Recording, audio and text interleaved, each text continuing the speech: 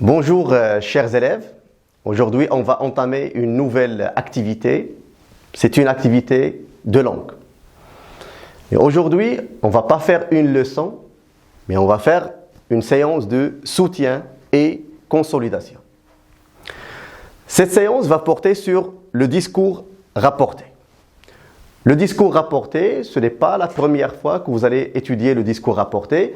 Vous avez déjà étudié avec vos professeurs le discours rapporté. Et comme vous le savez que le discours rapporté, il y a trois types. Il y a le discours direct, le discours indirect et le discours indirect libre. Mais aujourd'hui, durant cette séance, on va se focaliser sur la transformation du discours direct au discours indirect. Et pour cette transformation, je dois avoir une règle pour assurer la transformation du discours direct au discours indirect. Et avant de commencer une série d'exercices, je vais commencer par un rappel.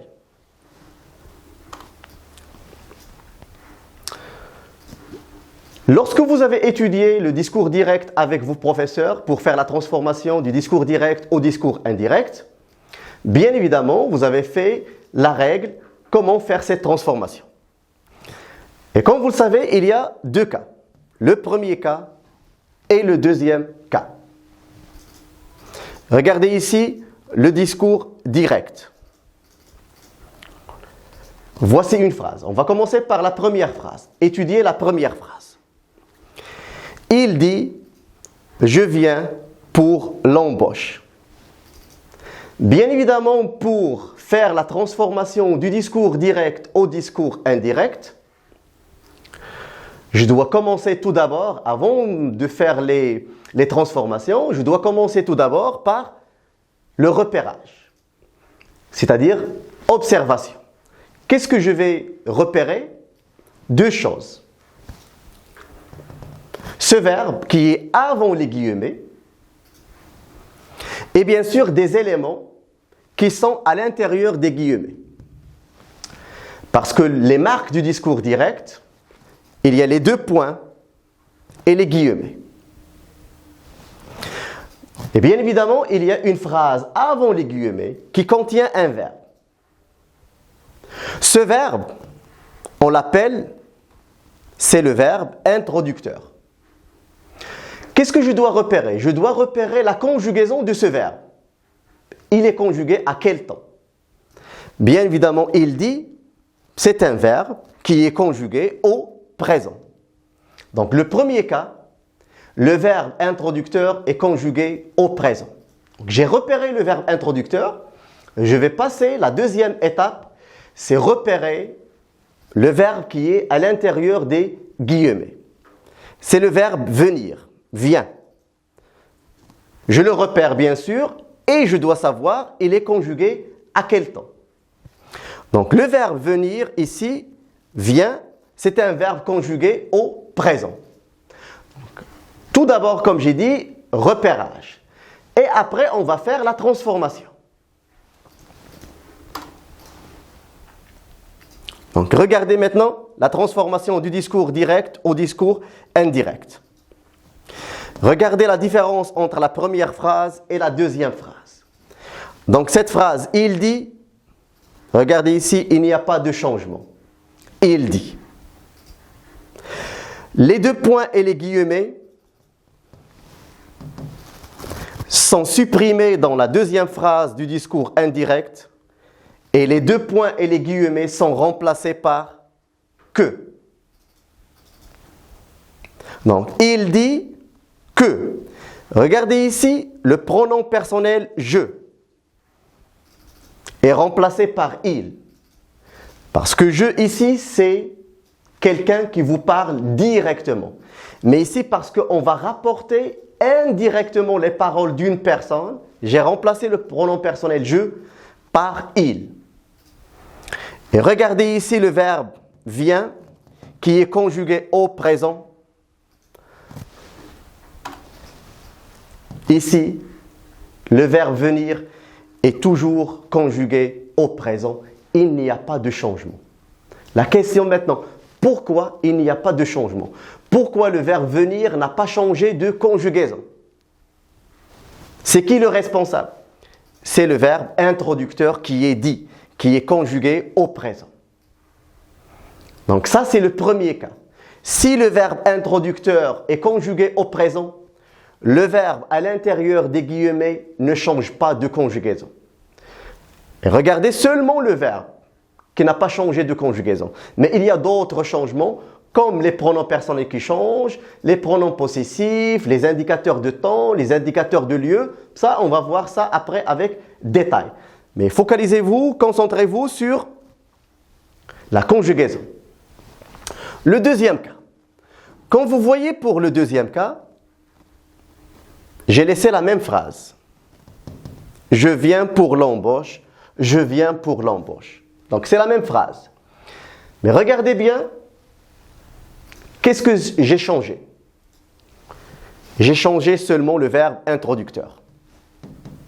Donc ici, il dit, mais dans la deuxième phrase, le deuxième cas, a dit. Ici, le verbe introducteur est conjugué au présent. Mais ici, a dit, il est conjugué à quel temps?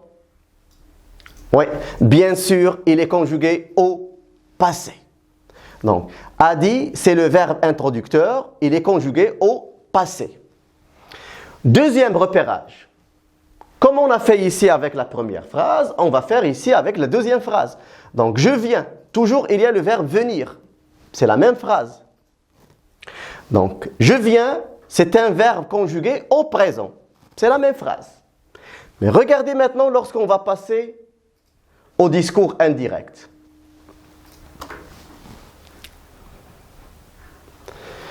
Le discours indirect. Il a dit, il n'y a pas de changement. Les deux points et les guillemets sont remplacés par que. Mais regardez ici le verbe venir qui est conjugué au présent. Maintenant, il est conjugué à l'imparfait. Donc, il a dit qu'il venait pour l'embauche. Donc, le présent devient imparfait. Pourquoi il y a ce changement? Parce que le verbe introducteur est au passé. Donc, maintenant, il y a deux règles à retenir. Si le verbe introducteur est au présent et si le verbe introducteur au passé, bien sûr, si le verbe introducteur au présent, il n'y a pas de changement de conjugaison. Mais si le verbe introducteur est au passé, il y a beaucoup de changements. On va les voir en détail. Donc la règle, comme j'ai dit, à retenir maintenant. Si le verbe introducteur est au présent, les verbes entre guillemets ne changent pas de conjugaison. Et maintenant, je parle de la conjugaison, je ne parle pas des pronoms personnels et des pronoms possessifs, les indicateurs de temps, les indicateurs de lieu. Je parle seulement de la conjugaison. Et regardez ce tableau. Du discours direct au discours indirect. Le passage du discours direct au discours indirect. Le présent reste présent. Le futur simple reste futur simple. Passé composé reste passé composé. Et futur antérieur reste futur antérieur. Il n'y a pas de changement. Maintenant, la deuxième règle, le deuxième cas qu'on a vu. Et c'est là le cas qui est le plus compliqué. C'est là où les élèves trouvent beaucoup de difficultés à faire la transformation du discours direct au discours indirect. Donc, si le verbe introducteur est au passé, les verbes entre guillemets changent de conjugaison. Il y a des changements de conjugaison et on doit maîtriser ces changements. Et regardez le passage du discours direct au discours indirect. Le présent devient imparfait comme on a vu avec l'exemple que j'ai donné avant. Le futur simple devient cette fois conditionnel présent. Le passé composé devient plus que parfait. Et le futur antérieur devient conditionnel passé. Ce sont les changements à retenir, s'il vous plaît. Donc, si vous ne maîtrisez pas la conjugaison, vous ne réussirez jamais la transformation du discours direct au discours indirect. Lorsque je dis le conditionnel présent, vous devez réviser le conditionnel présent et les autres temps plus que parfaits, conditionnel passé et l'imparfait. Donc, pour réussir la transformation du discours direct au discours indirect, la clé, une clé qui est indispensable, incontournable, c'est la conjugaison. Vous devez maîtriser la conjugaison pour que vous puissiez réussir la transformation du discours direct au discours indirect. Après ce rappel, bien sûr, on va passer maintenant pour l'exercice d'application. Exercice d'application, bien sûr, il y a l'exercice 1 et l'exercice 2. Et on va essayer de faire ça en même temps. La première phrase. Il a dit, nous avons beaucoup d'exercices. Allez avec moi, on va essayer ensemble de faire l'exercice ensemble. Comme j'ai dit, la première étape, l'étape la plus importante, c'est le repérage. Je dois repérer le verbe introducteur et le verbe à l'intérieur des guillemets. Donc, on va appliquer la règle. Verbe introducteur. Il est conjugué a dit. Il est conjugué au passé. A dit. Lorsque je dis le passé, donc c'est le deuxième cas. Il y a des changements. Je dois imaginer le tableau devant moi. Donc, il y a des changements. A dit. Maintenant, on passe à l'intérieur des guillemets. Nous avons beaucoup d'exercices. Avons. Bien sûr, c'est l'auxiliaire avoir. Il est conjugué au présent. D'après le tableau qu'on a présenté tout à l'heure, le présent devient imparfait. Parce que le verbe introducteur est conjugué au passé. Donc maintenant, on va assurer cette transformation du discours direct au discours indirect. Donc la phrase devient quoi? Il a dit, les deux points et les guillemets sont remplacés par que, le présent est remplacé par l'imparfait. Et nous, bien sûr, parce qu'on parle directement, nous, on va rapporter les paroles des personnes. On va remplacer nous par la troisième personne du pluriel, c'est il. Et la phrase devient, il a dit qu'ils avaient beaucoup d'exercices. Donc, pourquoi on a fait ce changement? Parce que le verbe introducteur est au passé. Le présent devient imparfait. Deuxième phrase. Elle déclare, je viendrai après le travail. Toujours, on va appliquer la règle. On a deux cas. Verbe introducteur au présent, verbe introducteur au passé. Verbe introducteur ici, elle déclare.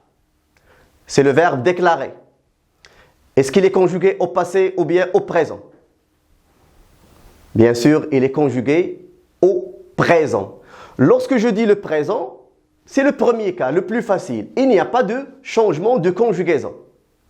Maintenant, on va entrer dans les guillemets. Le verbe ici, c'est viendrait. Il est conjugué à quel temps? C'est le futur simple. Donc, d'après la règle, si le verbe introducteur est conjugué au présent, il n'y a pas de changement. Le futur simple reste le futur simple. Mais attention, le pronom personnel ne reste pas le même pronom personnel. On va changer le pronom personnel. Et la phrase devient « Elle déclare », les deux points et les guillemets sont remplacés par « que ». Et bien sûr, ici « je », on a remplacé « je » par « elle » parce que c'est le féminin qui parle, « elle ». Qu'elle viendra, bien sûr, on a changé ici la terminaison parce que c'est la troisième personne du pluriel, troisième personne du singulier, mais la conjugaison n'a pas changé. Le futur simple reste le futur simple. Donc, elle viendra après le travail. Donc, ça, c'est le cas où il n'y a pas de changement de conjugaison. Troisième phrase. Il a dit, je les ai achetés avec ma mère. Repérage. On repère le verbe introducteur. Donc, le verbe introducteur ici, c'est a dit.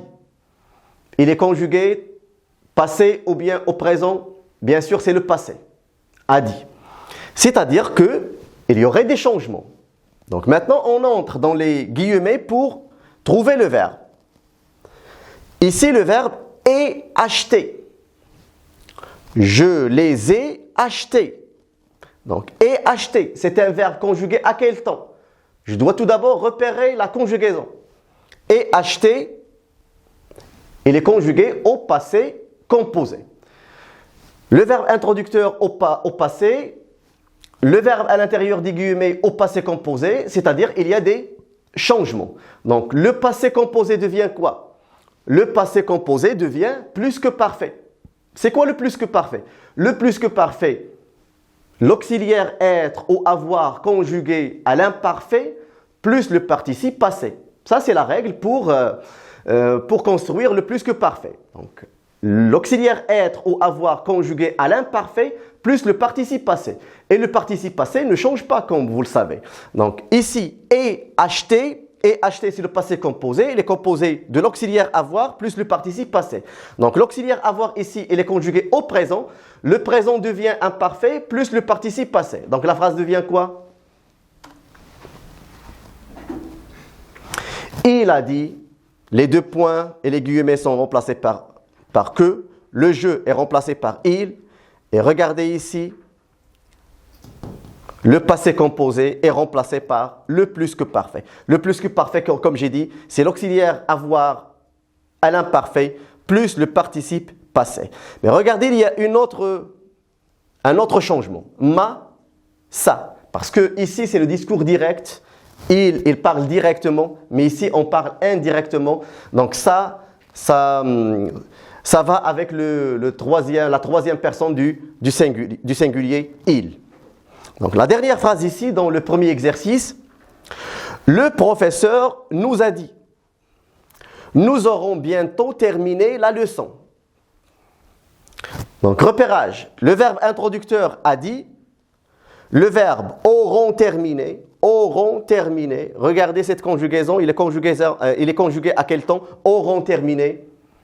C'est le futur antérieur. C'est quoi le futur antérieur? Le futur antérieur, c'est l'auxiliaire être ou avoir conjugué au futur simple plus le participe passé. Donc, l'auxiliaire avoir conjugué au futur simple plus le participe passé. Donc, le futur antérieur devient quoi? Devient conditionnel passé. Donc, c'est quoi le conditionnel passé? Le conditionnel passé, c'est la règle pour construire le conditionnel passé. Le conditionnel passé, c'est l'auxiliaire être ou avoir conjugué au conditionnel présent plus le participe passé.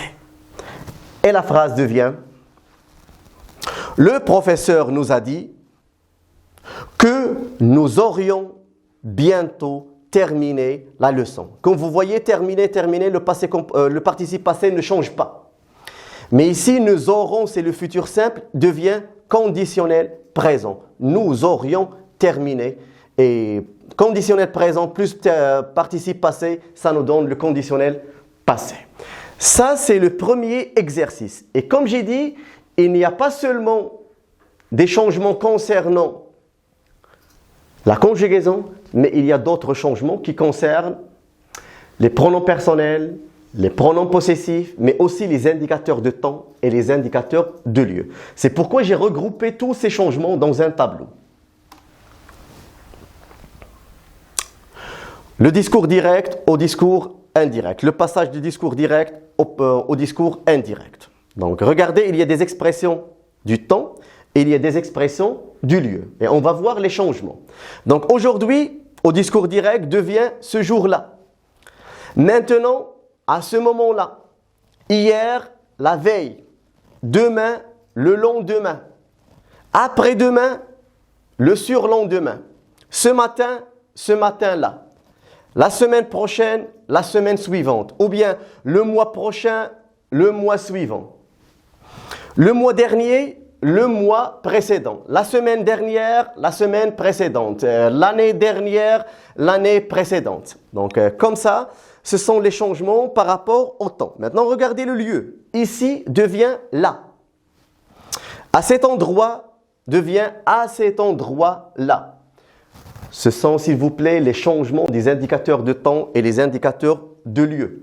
Il faut mémoriser ces informations, il faut mémoriser ces expressions, ces changements pour réussir la transformation du discours direct au discours indirect. Et maintenant, on va passer pour appliquer ces changements avec la règle qu'on a présentée au début pour faire un deuxième exercice et ça sera le dernier exercice. Elle m'a dit, Soumia a réussi hier son entretien d'embauche. Donc, il y a le verbe introducteur, il y a le verbe à l'intérieur des guillemets et il y a l'indicateur de temps hier. Donc, le verbe introducteur est au passé, bien évidemment, il y a des changements. C'est-à-dire que a réussi doit changer de conjugaison. A réussi est conjugué au passé composé. La règle qu'on a présentée, le passé composé devient quoi? Le passé composé devient plus que parfait. On va appliquer la règle. Hier, on a déjà présenté maintenant dans le tableau, hier devient quoi? Devient la veille. Et comme ça, on va faire la transformation. Elle m'a dit, Soumia avait réussi. Donc, regardez, le plus que parfait. Hier devient la veille. Son entretien d'embauche. Donc ça, ce sont les transformations qu'on doit faire. Hier devient la veille. Le passé composé devient plus que parfait. Deuxième phrase. Il annonça. Les cours arrivent aujourd'hui. Donc, il annonça, c'est un verbe au passé. Bien évidemment, il y a des changements. Les cours arrivent aujourd'hui. Le verbe arrive. Le verbe arriver, il est conjugué au présent. Et aujourd'hui, on a déjà présenté dans le tableau, aujourd'hui devient quoi? Et on va faire maintenant la transformation. Il annonça, les guillemets sont remplacés par que, les cours, oui, le présent devient imparfait et aujourd'hui devient ce jour-là. Troisième phrase. Il proposa. Je pourrais essayer d'autres moyens à partir de demain. Donc, il y a je pourrais, c'est un verbe, c'est le verbe pouvoir conjugué au futur simple. Et il y a l'indicateur de temps de demain. Donc, le futur simple devient quoi d'après la règle? Ouais, le futur simple devient conditionnel présent. C'est quoi le conditionnel présent? Le conditionnel présent, c'est le radical du futur plus la terminaison de l'imparfait. Et demain devient quoi? Devient le lendemain. Maintenant, on va faire les transformations. Il proposa, je est remplacé par il, le futur simple est remplacé par le conditionnel présent, comme j'ai dit, le radical du futur plus la terminaison de l'imparfait. Il pourrait essayer d'autres moyens à partir du lendemain. Donc le demain est remplacé par le lendemain. L'autre phrase. Il nous a confié un terrible accident s'est produit ici le mois dernier. Donc, il y a le verbe, il y a l'indicateur de lieu et il y a indicateur de temps. Le verbe introducteur est conjugué au passé. Bien sûr, il y a des transformations. Un terrible accident s'est produit ici le mois dernier. La phrase devient « Il nous a confié qu'un terrible accident s'était produit. » Le passé composé devient plus que parfait. Ici, d'après le tableau, devient là. Et le mois dernier devient le mois précédent. Ça, ce sont les transformations qu'on doit réaliser dans cette phrase. Et maintenant, c'est la dernière phrase. Essayons ensemble de faire la dernière phrase. Il déclara, je prends ma retraite le mois prochain. Il y a le verbe, il y a le pronom possessif, il y a le mois prochain. Je prends ma retraite le mois prochain. Donc le verbe est conjugué au présent. Le présent devient imparfait. Ma devient, on va voir c'est quoi le changement, et après le mois prochain. Le mois prochain devient le mois suivant. Et regardez la transformation maintenant. Il déclare qu'il prenait, le présent devient imparfait. Ma devient ça, c'est le pronom possessif parce que ma c'est avec je, mais ça c'est avec il. Retraite, le mois prochain devient le mois suivant. Ce sont les transformations à retenir pour réaliser la transformation et pour assurer la transformation du discours direct au discours indirect. Surtout, mémoriser le tableau où il y a la conjugaison. Mémoriser le tableau où il y a les transformations des indicateurs de temps et les indicateurs de lieu. J'espère que j'étais utile pour vous et merci pour votre attention. Ce sont les transformations à retenir pour pour réaliser la transformation et pour assurer la transformation du discours direct au discours indirect. Surtout, mémoriser le tableau où il y a la conjugaison, mémoriser le tableau où il y a les transformations des indicateurs de temps et les indicateurs de lieu.